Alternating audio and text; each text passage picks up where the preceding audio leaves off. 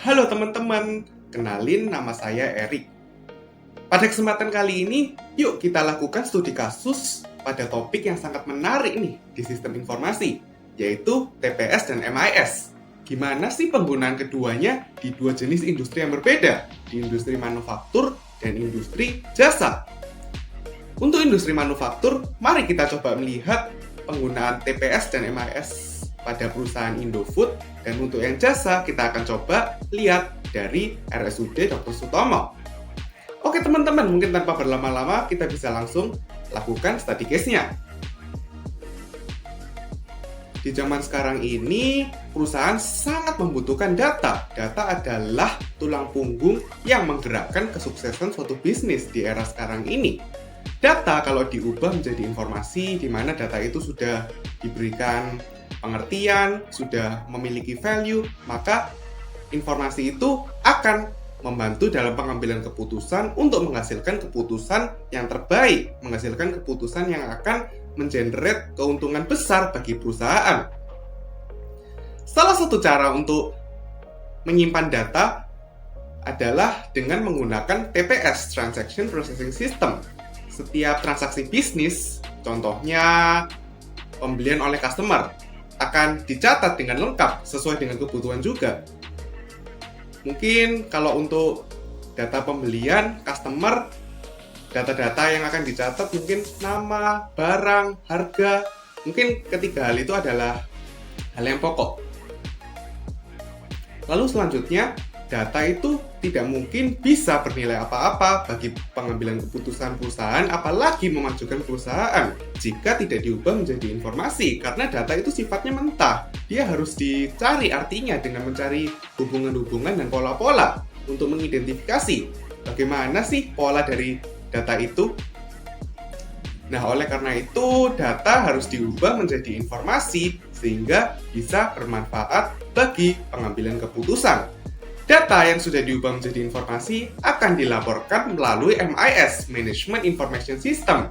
Sehingga Management Information System ini akan dilaporkan kepada manajer, dan manajer akan melihat MIS ini untuk mengambil keputusan.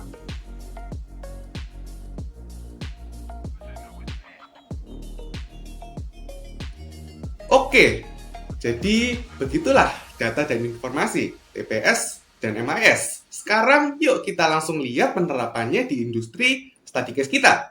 Kita akan lihat dari industri manufaktur, yaitu Indofood. Mungkin sebelum kita masuk, ada baiknya jika kita lihat sebentar profil dari perusahaan ini agar kita bisa semakin memahami perusahaan ini bergerak di bidang mana dan bagaimana proses bisnisnya. Nah, Indofood ini bukan mungkin ya, tapi sudah pasti kita semua sudah tahu. Indofood adalah perusahaan manufaktur makanan yang sangat besar di Indonesia.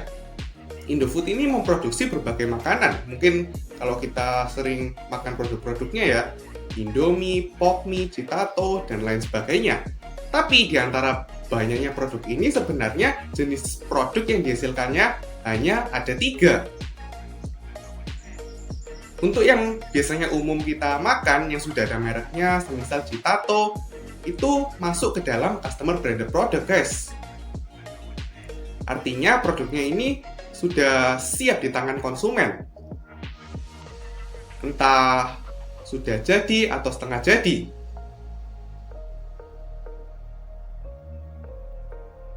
Dan produknya ini sudah memiliki merek, jadi bisa langsung kita nikmati. Tapi ternyata Indofood juga bergerak di bidang bogasari. Bogasari berarti memproduksi bahan baku untuk pembuatan makanan. Kita tahu kalau bogasari membuat tepung dan bahan baku lain dalam pembuatan makanan. Selain itu, Indofood juga bergerak di bidang agriculture, karena Indofood ini ternyata juga membudidayakan berbagai jenis tanaman seperti gula tebu, minyak kelapa, karet, dan lain-lainnya. Jadi ini belum siap di customer. Nah, sebenarnya Indofood ini kan cabangnya banyak sekali ya. Pabrik-pabriknya ada banyak sekali. Nah, Indofood ini tidak langsung menjual barangnya ke konsumen, tapi dia akan melalui ke mungkin retail dulu atau medium perantaran yang lainnya. Oleh karena itu, distribusi dilakukan dengan sangat meluas dari satu pabrik. Setelah pabrik memproduksi suatu barang, maka distribusi akan dilakukan pada setiap retailer.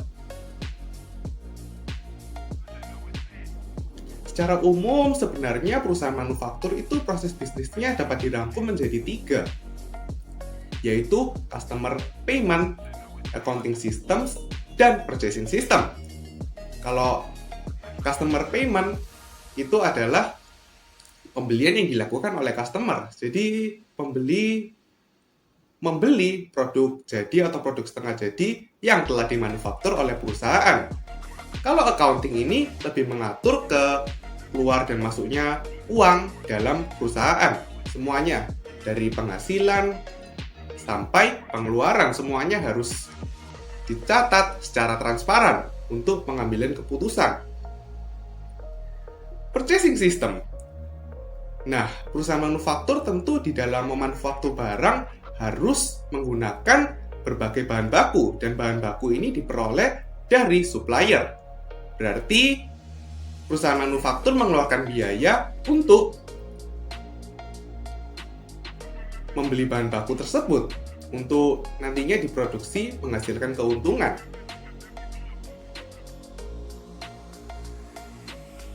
Kalau kita lihat TPS-nya, data-data dari ketiga proses bisnis ini, maka kita bisa menemukan tabel yang seperti ini.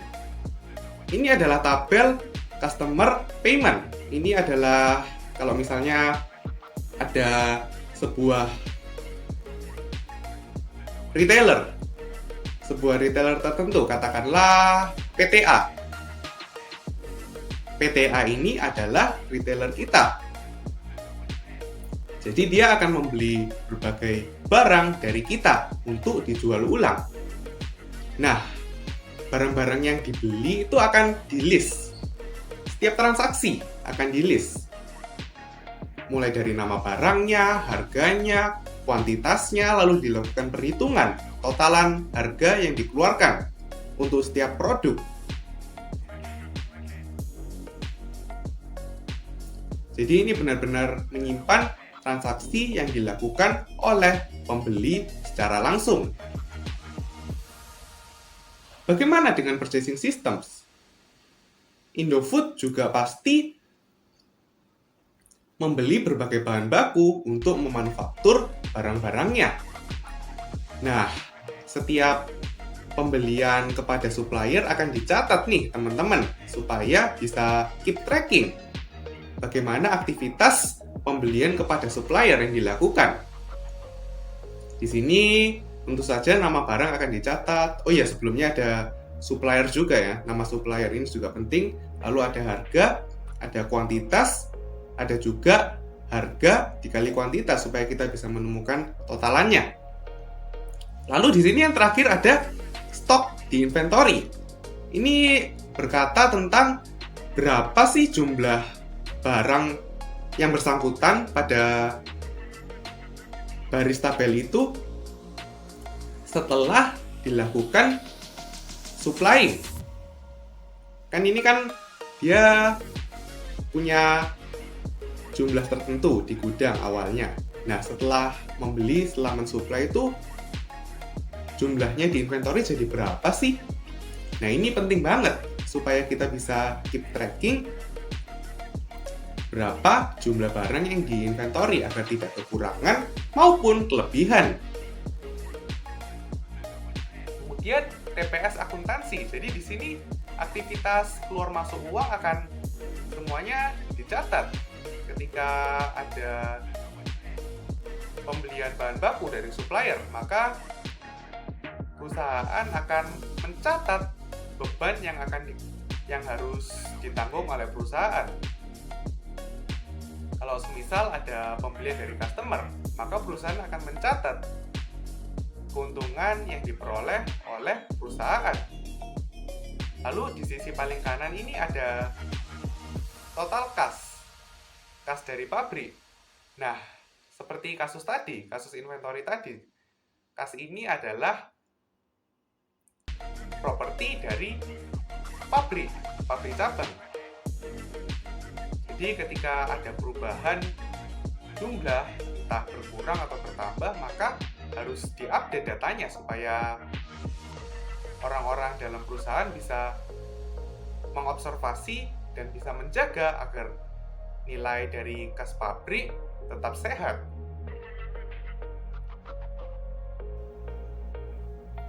Oke teman-teman, tentunya data dari TPS tadi pasti perlu diubah menjadi informasi untuk memiliki value untuk pengambilan keputusan. Oleh karena itu, dibuatlah MIS yang melaporkan informasi berdasarkan data-data yang di TPS tadi. Ada berbagai jenis MIS yang bisa dibuat. Di sini yang pertama ada Manufacturing MIS. Ini mengatur pergerakan barang-barang di dalam perusahaan, entah barang keluar atau barang masuk, dan segala aktivitas yang berhubungan dengannya, dengan proses manufacturing dan proses lain-lainnya. Nah, di sini dilaporkan berdasarkan TPS produksi di sini ya, jumlah produksi itu ada totalnya berapa sih kuantitas yang diproduksi. Jadi setiap kali perusahaan memproduksi suatu barang itu akan di-record. Ada nama barangnya, ada kuantitasnya, dan fitur-fitur lainnya. Nah, ketika ditotal dari TPS itu kita akan mendapatkan jumlah di sini. Di sini 5,7 juta sekian, teman-teman. Itu semua ditotal dari TPS. Jadi benar, data dari TPS itu memang memberikan dukungan secara fondasi kepada MIS. Jadi di sini ada jumlah produksi, di bawahnya juga ada jumlah yang dibeli dari data customer. Nah, ini penting untuk membandingkan, karena jumlah produksi dibandingkan dengan jumlah yang dibeli akan memberitahu kepada kita berapa banyak barang yang diproduksi yang tidak tercapai kepada customer. Nah, di kanan ini kita juga lihat dari TPS penjualan. Berapa sih jumlah supply yang dilakukan dalam 2 periode bulan September dan Oktober? Kita akan mendapatkan jumlah ini 500.400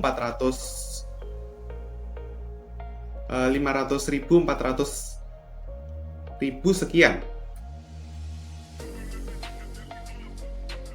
543.124 satuan.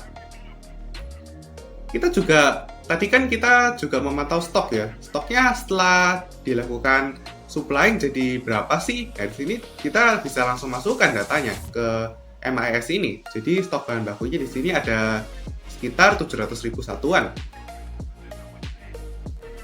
Di bawah ini juga ada tambahan-tambahan yang bisa membantu visualisasi, semisal grafik, pie chart, bar chart, dan lain-lain. Di sini kita bisa menentukan produk mana sih yang paling laris dari customer TPS kita. Lalu di kanan bagaimana kondisi mesin. Apakah kondisi mesin sedang baik-baik saja kebanyakan atau mungkin beberapa rusak. Nah, ini semua juga ada pelaporannya pada TPS. Jadi, semisal ada kerusakan pada mesin atau butuh maintenance pada mesin, data-datanya juga akan tercatat pada TPS.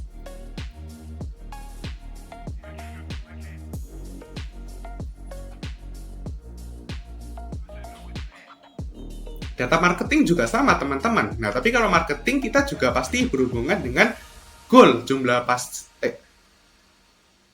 Nah, tapi kalau marketing kita pasti juga berbicara tentang planning. Seberapa jumlah pembeli yang diinginkan per minggu. Jadi sudah dibuatkan goal. Di sini misalnya 30. Untuk sekarang ini jumlah pembeli per minggunya secara realita adalah 21. Kita bisa menghitung ketercapaian goal dengan membagi jumlah pembeli yang asli dengan yang diharapkan. Nah, jumlah pembeli ini bisa kita dapatkan dari data TPS transaksi customer. Nah, di bawah sini kita juga bisa memberikan berbagai informasi juga di MIS ini mengenai iklan dan media promosi. Dari sini juga data-data mengenai pembuatan iklan juga masuk.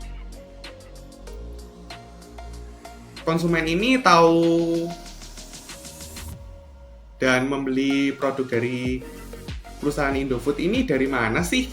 Jadi di sini akan dibuatkan pie chart-nya, sumber-sumber bagaimana pembeli bisa mengetahui dan membeli di Indofood.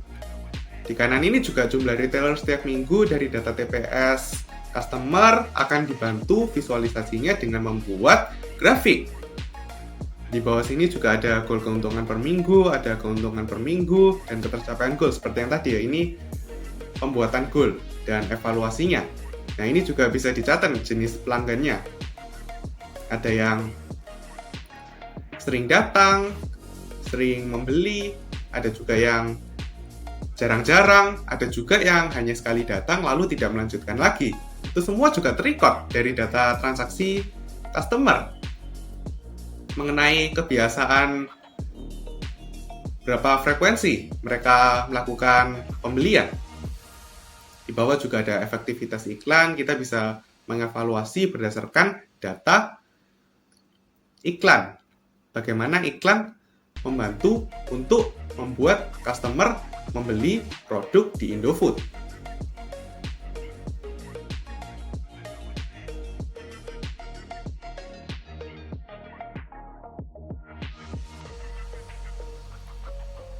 Nah, untuk data keuangan ini juga dari TPS yang terintegrasi juga teman-teman tentunya. Nah, sini kita akan membantu visualisasi berapa sih jumlah pendapatan tiap minggu. Nah, ini dihitung dari akuntansi ya sebenarnya teman-teman. Pendapatan itu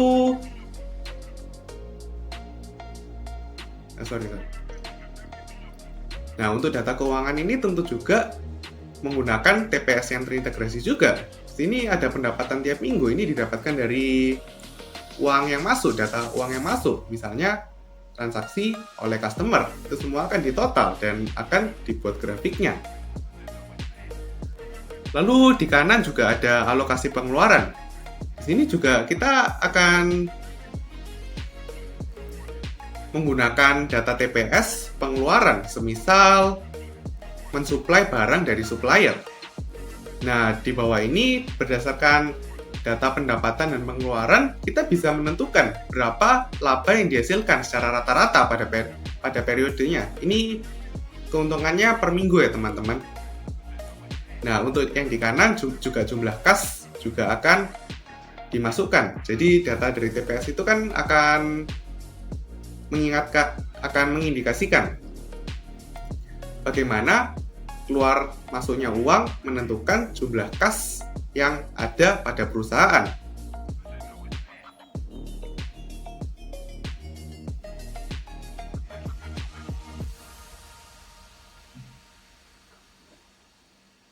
Untuk Human Resource MIS, begini teman-teman. Jadi ada data ketidakhadiran karyawan, jumlah overtime karyawan. Nah, ini dari TPS absensi karyawan. Semuanya terrecord, karyawan apakah datang hari ini atau tidak, apakah izin, dan mereka bekerja dari jam berapa sampai jam berapa. Dari TPS tenaga kerja. Nah, ini juga ada tambahan-tambahan seperti biaya training karyawan, totalnya yang dikeluarkan berapa sih, itu juga ada akuntansinya teman-teman, kayak yang tadi keuangan, ada juga diukur outputnya, berapa sih hasil kuantitatif dari training itu. Lalu di bawah ini juga ada produktivitas karyawan.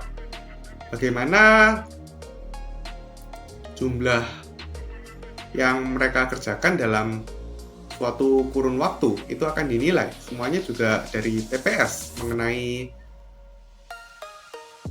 kinerja dari tenaga kerja.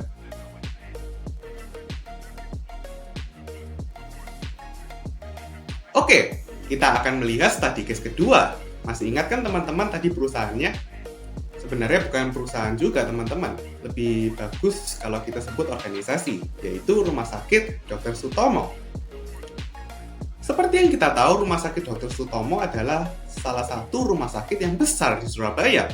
Rumah sakit ini milik pemerintahan provinsi. Seperti rumah sakit yang lain, Rumah Sakit Dr. Sutomo juga memberikan berbagai pelayanan di bidang kesehatan, di bidang medis. Nah, karena Dr. Sutomo ini rumah sakitnya besar banget, maka pelayanan yang diberikannya juga banyak. Dan ini tentunya akan semakin banyak data juga yang masuk dan keluar, semakin banyak data yang mengalir di dalam organisasi. Kalau kita lihat sistem kerjanya, sistem organisasinya, maka sebenarnya hampir-hampir sama dengan manufaktur. Tapi hanya ada perbedaan bentuk sedikit. Pertama ada customer payment. Di sini sudah pasti ya teman-teman.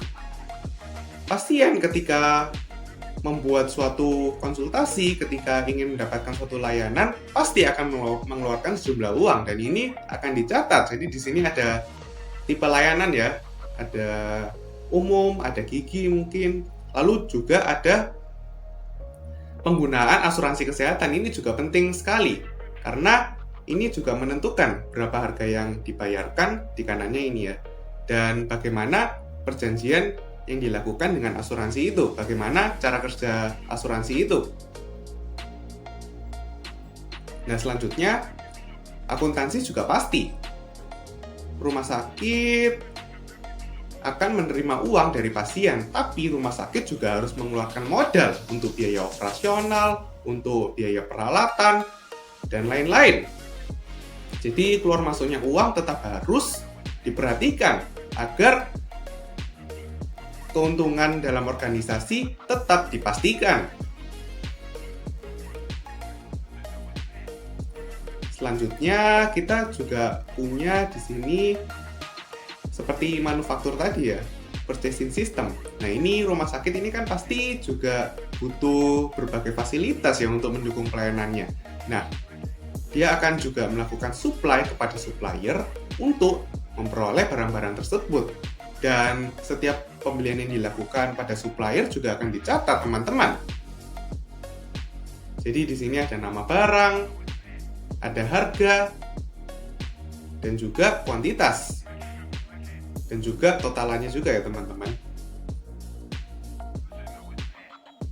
Untuk MAS pada Dr. Sutomo, Rumah Sakit Dr. Sutomo ini juga hampir sama dengan Indofood karena menggunakan data dari TPS yang juga hampir sama, tapi sedikit berbeda bentuk ya teman-teman.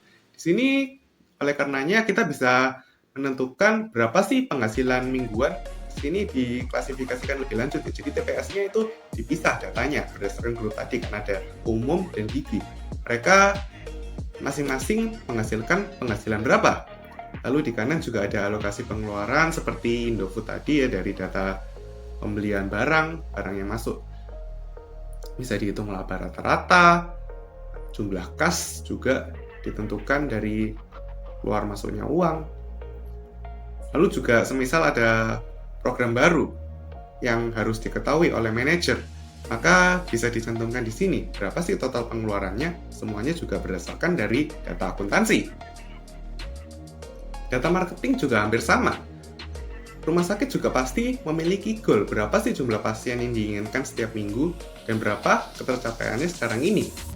Nah, di bawah sini juga ada grafik yang membantu untuk menentukan jumlah pengunjung website mingguan. Nah, ini juga TPS yang tercatat teman-teman. Jadi, saat ada pengunjung dari website, apa aktivitas yang mereka lakukan, semuanya kan terrecord di database. Nah, selanjutnya ada juga jumlah pasien setiap minggu, ini juga pasti. Nah, ini dibuatkan grafiknya, dilihat dari customer system ya tadi, TPS-nya tadi.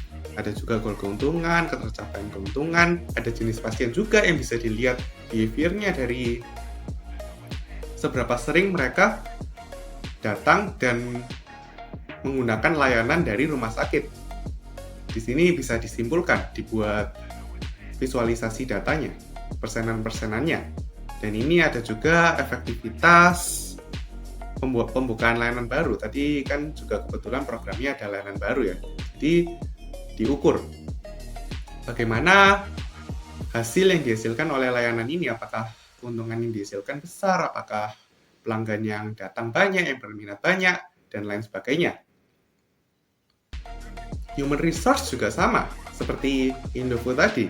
Ada data ketidakhadiran dari data tenaga kerja, lalu ada jumlah overtime seperti tadi, ada produktivitas, biaya training, dan output.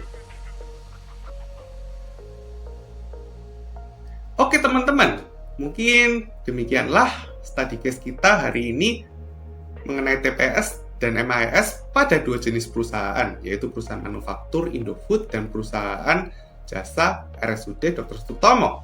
Kesimpulannya, TPS adalah pintu awal bagi proses-proses selanjutnya. TPS akan memberikan fondasi bagi MIS, karena TPS adalah layer paling dekat dengan aktivitas bisnis, karena ranahnya adalah data, dan MIS ranahnya ke informasi. Jadi TPS dan MIS pasti akan sangat terintegrasi. Mereka membutuhkan satu dengan yang lain. Oke teman-teman, mungkin sekian pembahasan kali ini. Semoga bermanfaat teman-teman. Kalau teman-teman suka, jangan lupa subscribe. Terima kasih teman-teman.